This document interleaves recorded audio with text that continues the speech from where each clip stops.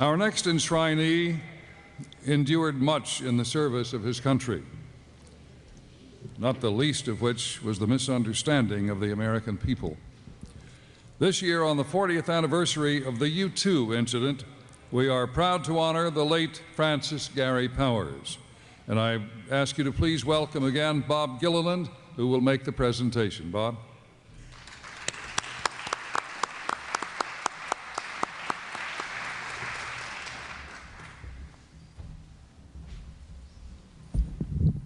Hello again.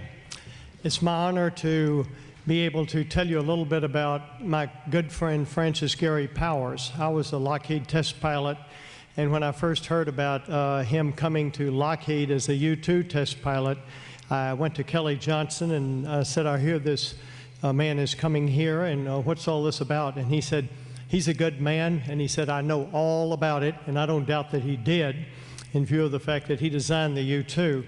And even before he was shot down on May 1, 1960, that's an easy date for me to remember because it happens to be my birthday. It's also May Day, the code for distress. And I used to say that the entire communist world celebrates my birthday.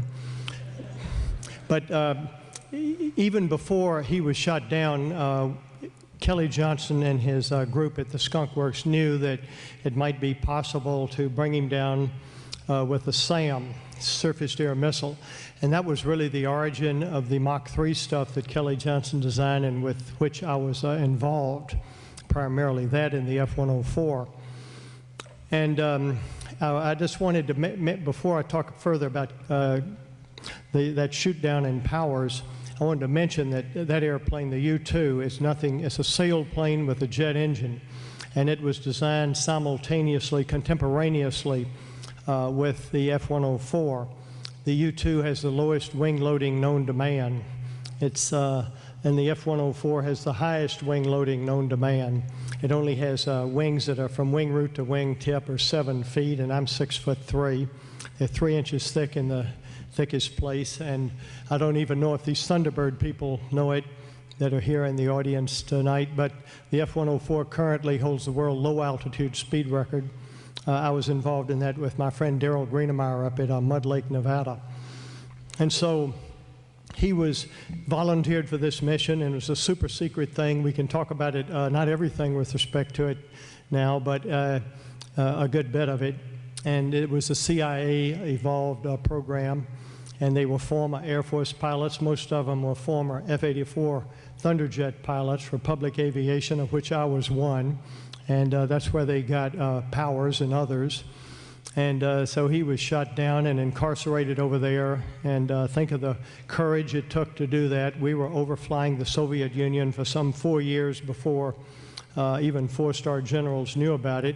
Senator Russell was entrusted by President Eisenhower so that they would have a semblance of congressional overview on it. And he chose just a handful of people that he trusted. Can you imagine the Congress knowing any secret and keeping it a secret? And so that was the origins of what we have here. So Kelly Johnson had told me when Powers shows up, I'd appreciate it if you'd be friendly with him, and that was real easy to do once I met him because he's a very charming fellow, and we were very, very close friends, as Mrs. Powers, who is here tonight, Sue Powers from Las Vegas, and their son, Francis Gary Powers, Jr., and you will see them in just a moment. But I mentioned earlier, imagine a man born in Kentucky is the most famous pilot ever to take a loft.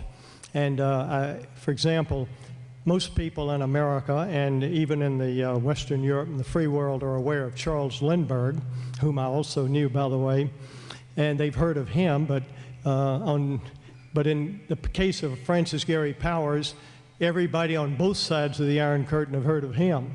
And so he's famous, infamous, depending on which side of the Iron Curtain you're on. And so with that, I'm happy and honored to be the one who suggested that he be included in the Kentucky Aviation Hall of Fame. Thank you.